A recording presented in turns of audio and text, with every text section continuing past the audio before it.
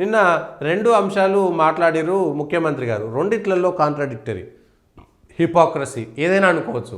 ఒకటే ఏంటంటే మణిపూర్ అల్లర్లలో కార్పొరేట్ల పాత్ర ఉంది. అక్కడ సహజ వనరులను దోచుకునేందుకు గిరిజనుల జాతుల మధ్య అంతర్యుద్ధాన్ని AK-47 లాంటి మారణాయుధాలు అందించి ప్రోత్సహిస్తున్నారని, మణిపూర్ హింసను నియంత్రించలేరా కదా.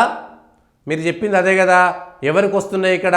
కుకీ తెగలను పూర్తిగా క్రైస్తవీకరణ చేసి అక్కడ మొత్తం వాళ్ళకి అమెరికాకు సంబంధించినటువంటి అమెరికన్ మేడ్ బుల్లెట్ ప్రూఫ్ జాకెట్లు, అమెరికన్ మేడ్ AK-47లు, అమెరికన్ మేడ్ అనేక రకమైనటువంటి ఆయుధాలు అక్కడికి చర్చిల కేంద్రంగా ఇవాళ చర్చిల పండుగ కదా, ఇవాళ చర్చిల కేంద్రంగా మణిపూర్లో మతం మారినటువంటి కుకీలు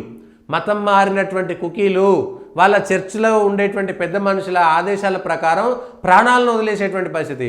భారతదేశంలో పుట్టి పెరిగినటువంటి భారతీయుల ఆత్మ ఉన్నటువంటి కుకీలను మతం మార్చి ఇవాళ వాళ్ళకి AK-47లు ఇచ్చి వాళ్ళకు మారణాయుధాలను అక్రమంగా రవాణా చేసి ఇష్టానుసారంగా పెంచి పోషించి అక్కడ మతం మారినటువంటి మైతేయి తెగ ఉంటుంది. మైతేయిలు ఎవరు మతం మారలేదు, 99% ఇంకా హిందువులుగానే ఉన్నారు అక్కడ. వాళ్ళందరినీ రెచ్చగొట్టి వాళ్ళ భూములను గుంజుకొచ్చి వాళ్ళ ఆడోళ్ళ మీద కన్నేసినటువంటి కుకీలు ఇవాళ మారణాయుధాలు వాడుతుంటే ఇవాళ ముసలి కన్నీరు ఎవరి మీద మారుస్తున్నారు? ఎవరో ఒకరిద్దరు పోరాటంలో కుకీలను కూడా, ఎందుకంటే వాళ్ళు ఇష్టానుసారంగా వ్యవహరిస్తుంటే అక్కడ ఉన్నటువంటి సైన్యం ఏం చేసింది?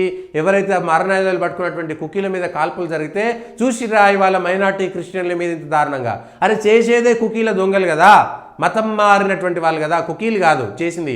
మతం మార్చబడినటువంటి అక్కడ ఏముండదు.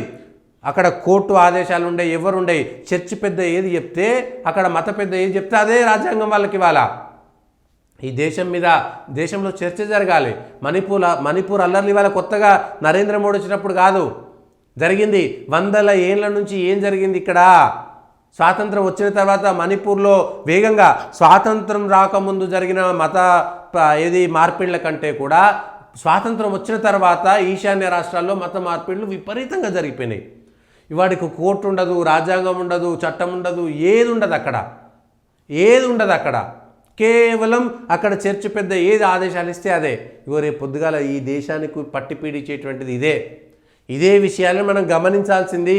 మళ్ళీ అదే అన్ని మతాల సారాంశము మానవత్వమే అని చెప్పిండు. మళ్ళా క్రిస్మస్ పర్వదినాన్ని పురస్కరించుకొని శుభాకాంక్షలు చెబుతూ అన్ని మతాల సారాంశము మానవత్వమే, సమానత్వమే అయితే మతం మారినటువంటి కుకీల విషయంలో ఇవాళ మీరే చెప్తున్నారు కదా, నిన్న దళిత క్రైస్తవులకి ప్రత్యేకంగా ఇస్తామని చెప్పినటువంటి కాంగ్రెస్ పార్టీ క్రైస్తవులుగా మారినటువంటి కుకీలు ఇవాళ ఈ దేశానికి శత్రువులుగా తయారు చేసింది. అక్కడ ఉన్నటువంటి చర్చ అనేటువంటి వ్యవస్థ అనేటువంటిది ఒక్కసారైనా మీరు ఆలోచన చేశారా? మతం మారినటువంటి వ్యవస్థ కుకీలను దేశ వ్యతిరేక శక్తులుగా మారి మిగిలిన అందరినీ కావాలంటే 100 వీడియోలు ఉన్నాయి. ఇవాళ నిజాలన్నీ తెలుసుకోండి. మీ దగ్గర కూడా పోలీస్ వ్యవస్థ ఉంది, ఇంటెలిజెన్స్ వ్యవస్థ ఉంది. ఇంటెలిజెన్స్ వ్యవస్థ ద్వారా మణిపూర్లో జరిగేటువంటి అల్లర్లకు కారణం ఎవరు, దాని వెనుక ఉన్నటువంటి వాళ్ళు ఎవరు, అక్కడ డ్రగ్స్ అందించేటువంటి వాళ్ళు ఎవరు, అక్కడ ఆయుధాలు అందించేటువంటి వాళ్ళు ఎవరు మతాన్ని మార్చారనేటువంటి విషయాలను ఇవాళ తెలంగాణ సర్కార్లో ఉన్నటువంటి ఇంటెలిజెన్స్ వ్యవస్థ మణిపూర్ నుంచి తెచ్చుకోండి, డీటెయిల్స్ తెప్పించుకోండి. అక్కడ కూడా ఒక ఇంటెలిజెన్స్ వ్యవస్థ, అక్కడ కూడా ఒక DGP ఉంటాడు కదా. ఇది జరుగుతున్నది దేశంలో. దేశానికి మత మార్పిడి ఎందుకంటే మతాలు మారితేనే పాకిస్తాన్ కోల్పోయినాం, బంగ్లాదేశ్ను కోల్పోయినాం. ఇంకా మతాలు మారుతుంటే రేపు పొద్దుగాల మణిపూర్లో మా దేశం మాకు ఇచ్చేయండి అని అక్కడ ఉన్నటువంటి వాళ్ళు చెబితే మనం చేసేది ఏం లేదు. నాగాలాండ్లో ఉన్నటువంటి ముఖ్యమంత్రి అమెరికాకు పోయి మాకు ప్రత్యేక దేశం కావాలని అడుగుతున్నాడు. ఈశాన్య రాష్ట్రాల్లో ఉన్నటువంటి అనేక తెగలను మతం మార్చేసారు. ఎవరు చేసిరు? ఇవాళ అత్యధిక కాలం దేశాన్ని పరిపాలించింది ఎవరు? మణిపూర్లో అత్యధిక కాలం పరిపాలన చేసింది ఎవరు? మతాలను మార్చింది ఎవడు? ఇవాళ అన్ని మతాలు సమానత్వమే అయితే ఇవాళ కుకీ అనేటువంటి తెగ మతం మారితే ఇవాళ AK-47లు పట్టుకొని అక్కడ ఉన్నటువంటి భూమిపుత్రులైనటువంటి మైతేయులపైన దాడులకు తెగబాకుతున్నది ఎవరు? కానీ బయటికి ఏ విధంగా చెప్తున్నారు? మణిపూర్లో అల్లర్లు ఏదో హిందువులే మిగిలినటువంటి వాళ్ళని చంపుతున్నారు అన్నట్టుగా ఇవాళ చేస్తున్నారు. కాంగ్రెస్ పార్టీ చెప్పాల్సినటువంటిది, కాంగ్రెస్ తెలుసుకోవాల్సినటువంటిది, కాంగ్రెస్ నిజస్వరూపం బయటపడాల్సినటువంటి అవసరం ఉన్నది. ఇవాళ దేశంలో ఈ అనర్థాలకు కారణం ఎవరు? ఈశాన్య రాష్ట్రాల్లో ఉన్నటువంటి తెగలన్నిటినీ మతం మార్చింది ఎవరు? మత మార్పిడిని ఇష్టానుసారంగా మొదలుపెట్టింది ఎవరు? మతం పేరు మీద ఇవాళ ఈ దేశంలో మతం పేరు మీద దేశ విభజన జరిగితే ఈ దేశంలో ఏ మతం కోసమైతే ఇంకో దేశం ఇస్తే ఆ మతం వాళ్ళని ఈ దేశంలో ఉండిపోమ్మని చెప్పింది ఎవరు? అందుకనే ఇవాళ అపీజ్మెంట్ పాలిటిక్స్ ఇవాళ కొత్తగా అయింది కాదు. 1947లోనే విషబీజాలు వేసింది. 1947లోనే కాంగ్రెస్ 1947లో ఈ దేశంలో విషబీజాలు వేసారు.